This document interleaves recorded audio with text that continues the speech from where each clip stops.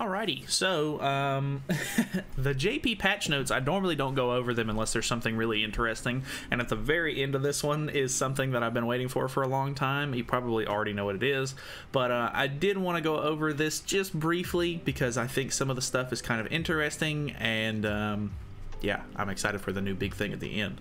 I don't want to spoil it, but it's fantastic. Anyway, we are apparently getting a new Gilthunder, but it is going to be a top 100 reward if I'm not mistaken, because they're making it a ranking reward so rank reward. So I'm assuming he's just going to be another character kind of like Cardinal Helbram or Human Helbram and Waylo, who are basically just locked behind, you know, you had to have gotten them within, you know, you had to be within top 100 whenever they were available to get them. So I don't know if there's going to be a way to get them in the future or anything like that, but they're kind of just like novelty items. I am a little bit disappointed at how decent the new Gilthunder is. They do have skill translations. I know this card right here is a detonate card, and this card stuns, kind of like Goddess Liz, and his passive is something to do with, I think it increases his damage dealt by 50% of all of your allies' crit resistance, which is it increases damage dealt by 50% of that, if I didn't already say that. But yeah, I don't know, honestly, he's nothing crazy, but I think he's at least better than the other two units are, which kind of worries me because like I don't really want them to make a whole lot of these top 100 characters, especially if they're going to be actually good units, because then it just locks the player base out of, you know, being able to unlock these, because it's not like, you know, the better you do in PvP, the better chance you're going to have of getting this unit. It's literally just the top 100 characters get the unit, so it's locked to 100 players. Like there's no stretching that out or anything like that. So that's pretty interesting. Final boss legend difficulty Deanne is going to be coming out, so she'll get that little crown cosmetic, I assume, which is okay, I guess. I don't know, I don't really like these legend difficulty ones because they're just a whole bunch of just little like small challenges that are kind of more tedious to to complete, and they don't really give out all that many like rewards, so I'm not super excited about that per se. Knighthood boss subjugation battle returns. Oh, so I think they're bringing back Akumu. Maybe this is an event, because I don't think this is, we already have Akumu right now on global. I don't know if they do on JP or Korea right now, but this looks like more of an event with like rewards and stuff like that. They did add 3 new Holy Relics to the game. I'm pretty sure it's for Excalibur Arthur, regular Easton, and Gilthunder. None of them are all that crazy, if I'm not mistaken. I'm not necessarily going to go over those too much because honestly I don't have them pulled up. Actually, let me pull them up. I'll feel bad. So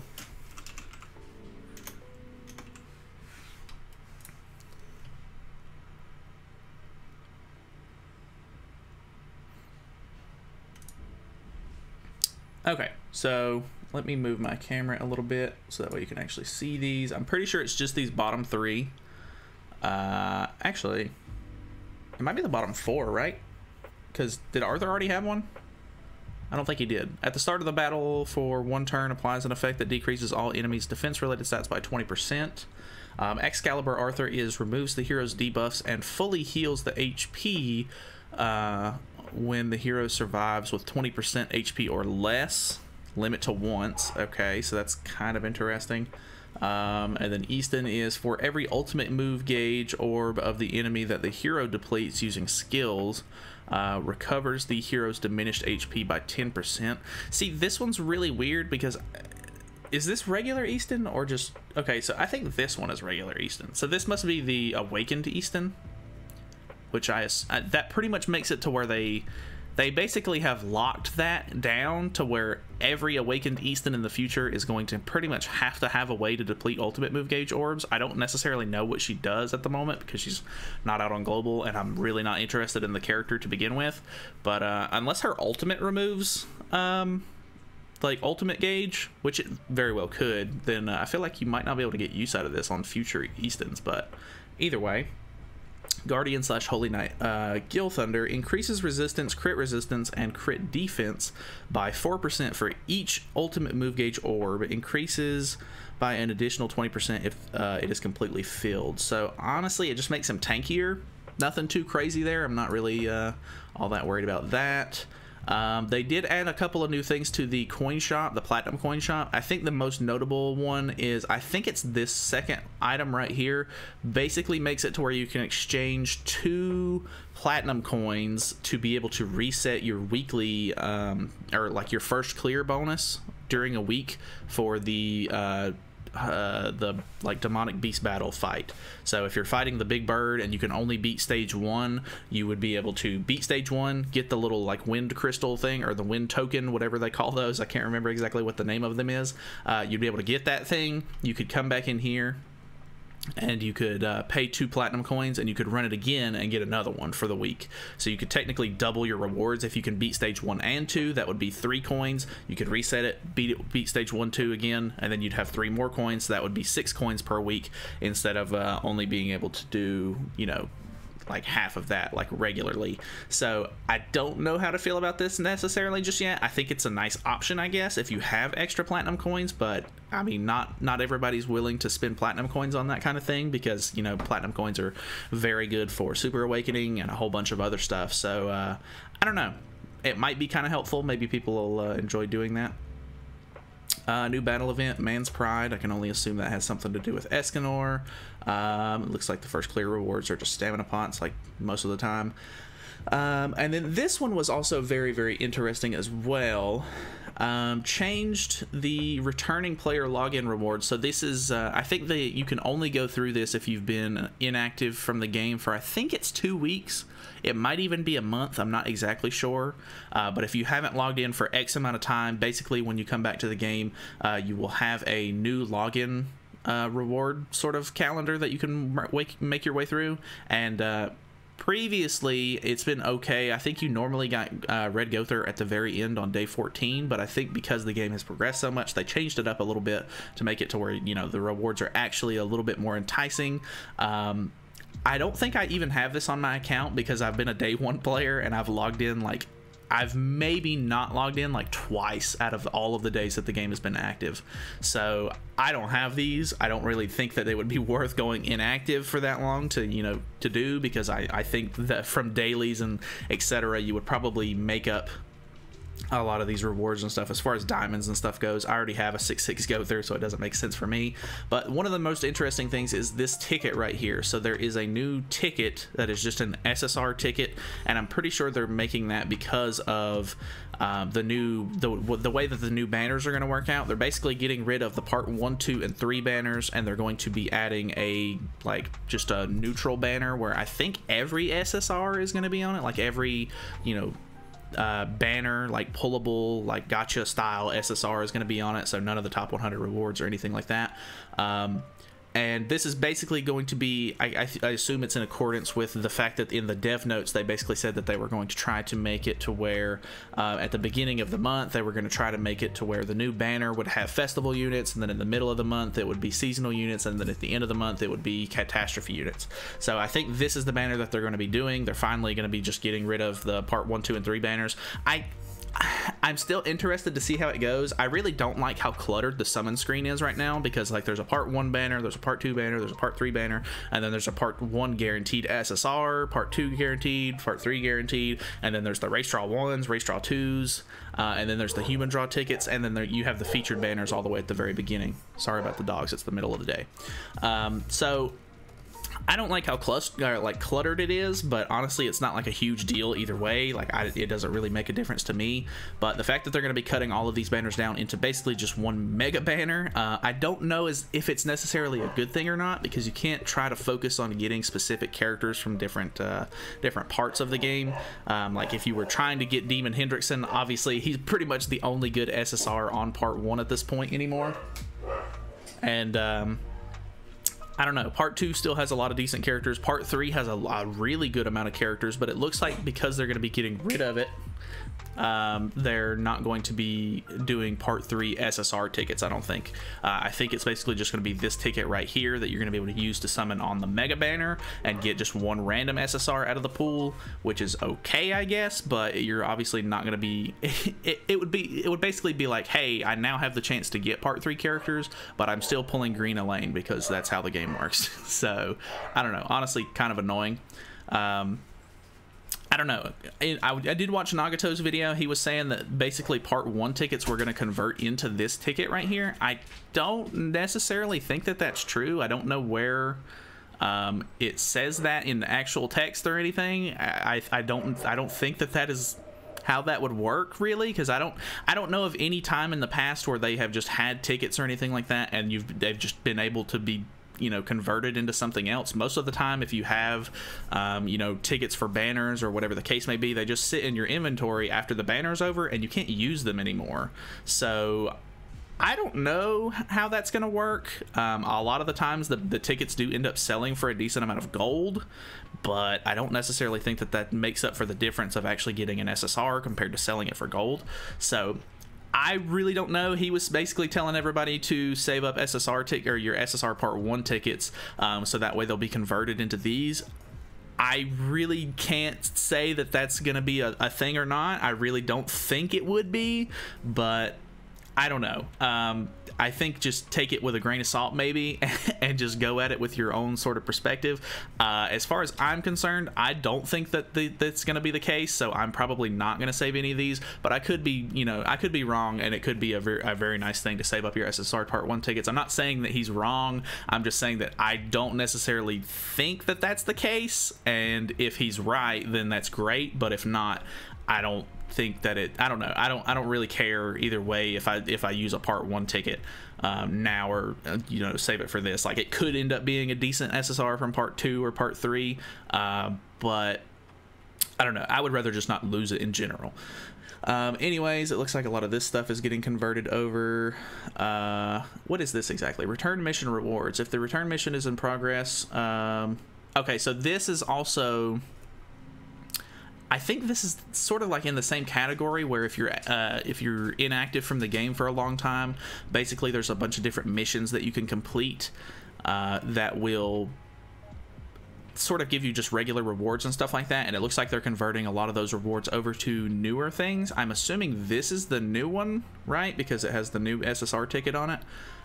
So it looks like instead of getting 3 pendants here, you're gonna get some equipment and some gold. I think they should have just made this a 3 instead of just giving you 1 instead of the 3, but they well, actually they were gonna give you 3 down here, so you ultimately get less SSR pendants, which I think is really dumb. It looks like you get more diamonds. They didn't have diamonds at all in the old one, so it looks like you get diamonds in general in this one, which is really good. And at the end, you're gonna get another one of those SSR tickets because it used to be a part 1.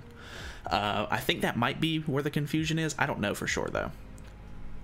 Added battle content to recommended teams. So right now in the game, there's basically, if you go onto a character and you click on the little icon next to their name, it'll show you like what people are using that character, like what teams people are using the character on, what kind of gear you should use on them, or like what the most popular gear is and everything like that. So that's really interesting. It looks like they're fleshing that out a little bit more. And then here's the actual like banner details. So it says part 1 through 3 gacha lineups will be integrated and changed to a Grand Cross gacha. The appearance rate of 3 types of rotation appearances rate up characters will be changed from 0.3% to 0.5% every day. So I'm assuming it's going to be just like the part 1 tickets were, and or the part 1 banner, part 1, 2, and 3 banners were, where there was basically 3 units on the entire banner that got rated up.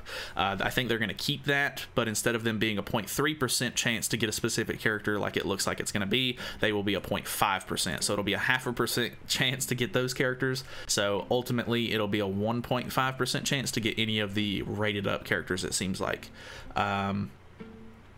Paladin Gustav and Paladin Simon will be added to the Grand Cross gacha and Tribal gacha lineup. What does that have to do with anything? I don't. Simon is a rare character if I'm not mistaken, and Gustav is an SSR or an SR. I don't know what that means. unless I'm missing something. Maybe there's a translation error there. I'm not really sure on that one. So yeah, all of those are getting consolidated into one banner. Integration of Ssr Confirmed gacha. So part 1 through 3 Ssr character lineup will be integrated and changed to Ssr Confirmed gacha. So yeah, the guaranteed part 1 tickets, the guaranteed part 2 tickets, and then there would have been guaranteed part 3 tickets, but they're just basically going to be new Ssr guaranteed tickets that you use on this banner, which is basically the same thing as using a part 1 ticket, a part 2 ticket, but they're all just on one banner. Race character gacha 1, human giant and unknown race gacha 2, fairies, goddesses, and demons, and then the human race Ssr tickets will not change. So it looks like the regular race draw tickets and stuff like that aren't changing. Changes to the purchase condition for the Demonic Beast Battle Open Commemorative Pack. So if I'm not mistaken, I think this is just saying that they're getting rid of the purchasable packs for the Demonic Beast Battles, which is really, really interesting. It's kind of surprising me that they're doing this, to be honest. I guess they're making it sort of like a fair playing field as far as the global and, you know, Asian versions of the game goes, because I assume at this point, because they're just getting rid of them outright on the JP version, they're going to just not introduce them on the global version.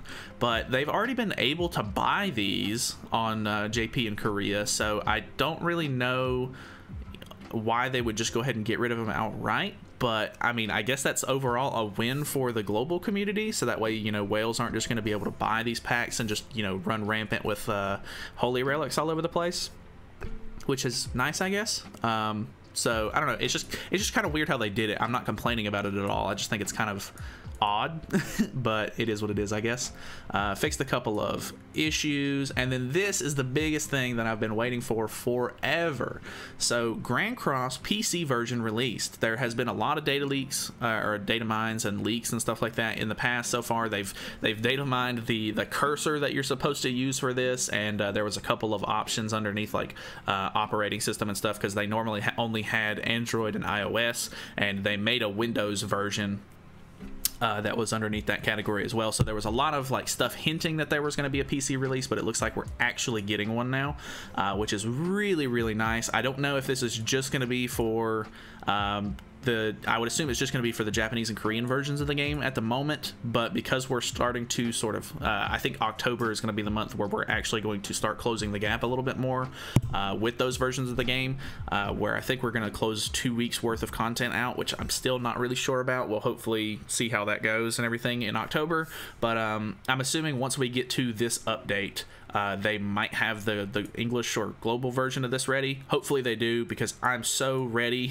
I really hope that this is a very well optimized version, and it's not going to be as like buggy and laggy, and I hope it doesn't crash as much as BlueStacks does. And I know that's all like completely subjective. A lot of people, you know, play on BlueStacks and they don't have any problems with it. Some people can't even play on BlueStacks because they have a ton of problems with it. It's all definitely hardware dependent on how your computer is and how it works with the emulator and all this stuff, etc. So hopefully this is like it runs really well, because I've been waiting for this for a really long time. So hopefully that turns out really good. It says we will release the PC version so that you can enjoy the game in a comfortable environment. After downloading, please enjoy the PC version with transfer code. So I don't necessarily know if they have this available just yet, or if it'll be available whenever the patch drops. I might actually just try to download the PC version for the Japanese and Korean versions of the game, or probably just the Japanese version. Sorry, I keep hitting the mic.